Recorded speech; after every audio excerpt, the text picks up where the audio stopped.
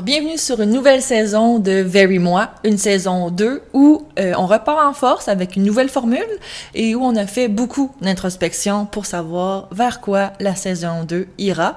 Et donc, voici pourquoi on se lance dès maintenant.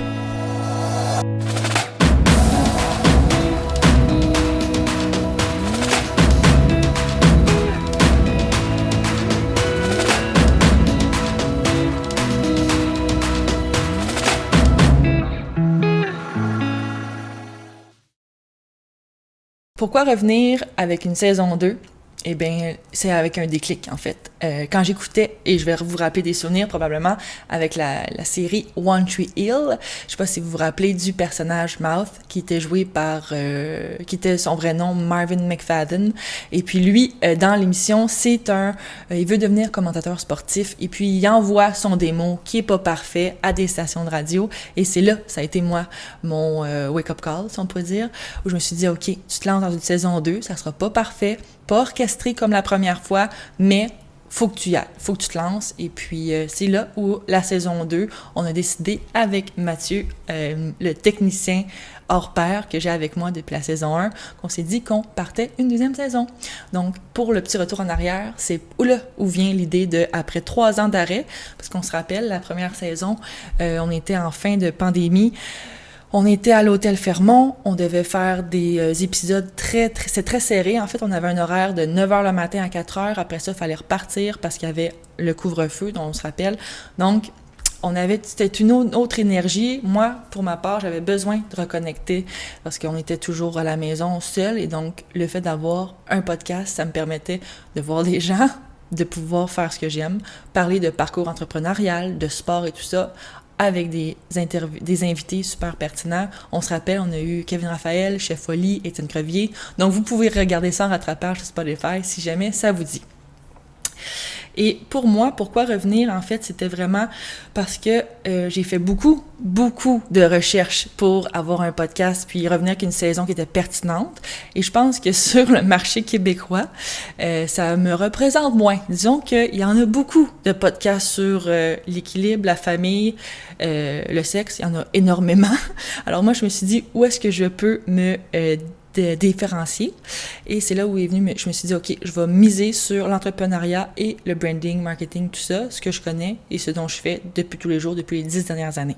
Et puis, le sport sera peut-être un peu moins présent parce que il y en a des super bons sur le marché des podcasts sur le sport, pour pas me nommer sans restriction. Mais je pense que moi, ma différenciation se trouve plutôt dans mon travail puis mon parcours entrepreneurial.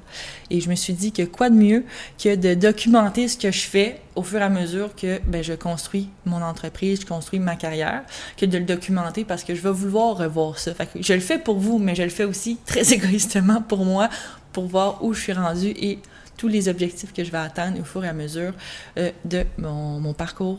Et je suis certaine qu'il y en a plusieurs d'entre vous qui aussi se demandent où ils vont s'en aller dans leur parcours. Et si je peux aider et inspirer avec des invités super pertinents sur mon podcast, je serai ravie. Et ça, c'est la mission du podcast, finalement, de Very Moi.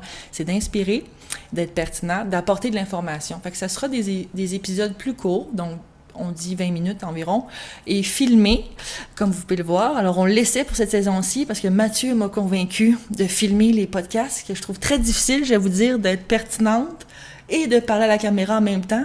Et là, vous savez pas le setup qu'il y a ici, mais j'ai 3 caméras sur moi.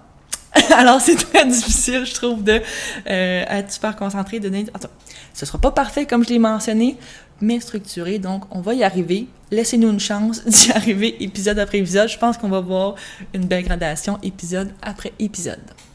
Je trouve ça très difficile aujourd'hui de trouver du contenu pertinent où les entrepreneurs ne parlent pas à eux-mêmes. Ça aussi, je trouve que c'est très difficile dans le cadre d'un podcast où je veux bien donner des conseils, je veux recevoir des conseils, mais quand on voit des entrepreneurs, je veux aussi qu'ils nous parlent de leur parcours, mais en temps réel. Qu'est-ce qu'ils sont confrontés maintenant? Pas ce qu'il y a 20 ans, ce qu'il y a maintenant. Et je trouve ça important, puis je vais essayer épisode après épisode, de pas juste parler de mon parcours de moi, mais d'aller chercher des conseils et de comprendre aussi le parcours de tous et chacun pour obtenir de l'information qui peut être utile à vous, mais à moi aussi. Et puis, parmi mes réflexions, ben, vous aurez dans les prochains épisodes les bons coups, les échecs, puis je sais pertinemment que le parcours entrepreneurial, il est rock'n'roll. Hein? On voit que c'est rare qu'on atteigne un plateau. Je sais pas, j'attends avec impatience mon plateau, mais je ne l'ai pas atteint et je sais pas. C'est une des questions que j'aurai pour les entrepreneurs et les repreneurs, parce que je connais beaucoup de repreneurs et j'ai envie d'en savoir davantage, parce qu'avec l'économie en ce moment, et les tensions un peu socio-économiques, on veut garder le plus possible nos entreprises locales. Donc, vous aurez des repreneurs sur le podcast qui pourront nous parler de leur parcours et ce qui se passe en ce moment sur le marché québécois. La saison 1, c'était comme une saison plus d'exploration. Là, la saison 2, je la vois comme plus du positionnement. En tant qu'experte dans mon domaine, tout ce qui est de gestion de projet, marketing, tout ça, ben, je veux donner des conseils.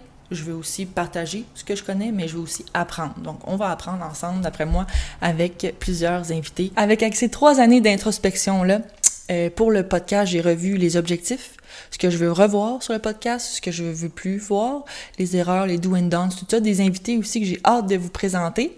Et puis pour vos commentaires, ben, je suis toujours ouverte à la critique. Et puis pour ceux qui me laissent des commentaires un peu comiques sur les réseaux sociaux, comme par exemple que j'ai trop de cheveux passés de sourcils, ben vous êtes toujours les bienvenus. C'est très drôle à lire, mais j'aime mieux la critique constructive. C'est un rendez-vous. Et on se retrouve à chaque semaine sur un épisode de Very Moi.